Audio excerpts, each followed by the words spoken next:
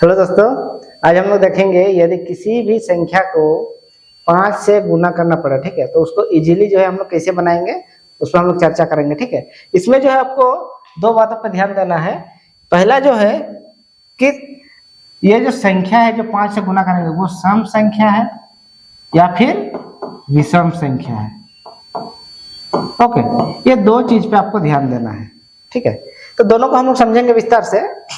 यदि संख्या सम संख्या हो, ठीक है, तो उसको क्या करना है, और यदि संख्या विषम संख्या हो तो उसको क्या करना है। ठीक है, पहले बात करते हैं हम लोग सम संख्या की। ओके, पहले किसका बात करेंगे हम लोग? सम संख्या की।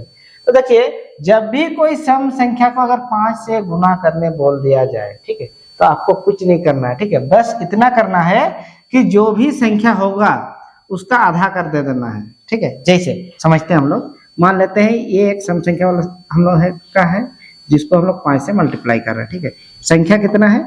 32। संख्या कितना है? 32। ठीक है, तो 32 का आधा कितना होता है? 16। 32 का आधा कितना हो गया?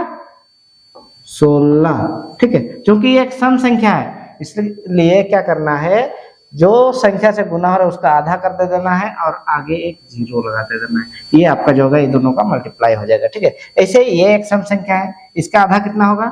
32, आगे एक जीरो लगा दीजिए। ये जैसे 90 हो गया, 90 का आधा कितना हो गया?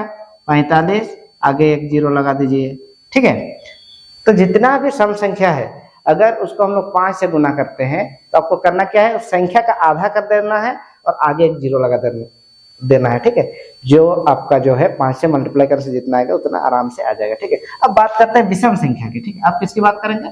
विषम संख्या की। तो विषम संख्या में आपको करना क्या है, जो संख्या दिए रहेगा उससे एक कम, जो संख्या दिया रहेगा उससे एक कम। जैसे यहाँ पे 15 दिया हुआ है, ठीक है, तो 15 से एक कम कितना आएगा? 14। अब उसका आधा कर दे देना है। ठीक है, क्या करना है, जो संख्या दिया रहेगा उससे एक कम करके उसका आधा करना है। ठीक है, तो ये 15 है, 15 से एक कम कितना हो गया? 14। 14 का आधा कितना हो गया? 7, और आगे 5 लगा देना है। बस इतना आपको याद रखना होगा। ठीक है, जैसे एक क्वेश्चन लेते हैं 105। 105 से एक घटा देंगे कितना होगा? 104। 104 हो गया। 104 का आधा कितना होता है आपका? 52। तो क्या हो जाएगा? 52 और आगे एक 5 लगा दीजिए। ठीक है, तो जो भी ये दोनों का मल्टीप्लाई होगा कितना होगा? इतना होगा। ठीक है, तो ऐसे ही चाहे बड़ा संख्या हो चाहे छोटी संख्या हो, अगर आपको 5 से मल्टीप्लाई करने दे दिया है और वो सम संख्या है तो क्या करना है, उस संख्या का आधा करके आगे एक जीरो लगा दीजिए। अगर विषम संख्या है तो क्या कीजिएगा, उस संख्या से एक घटा लीजिए, फिर उसका आधा कीजिए और आगे 5 लगा दीजिए। ठीक है।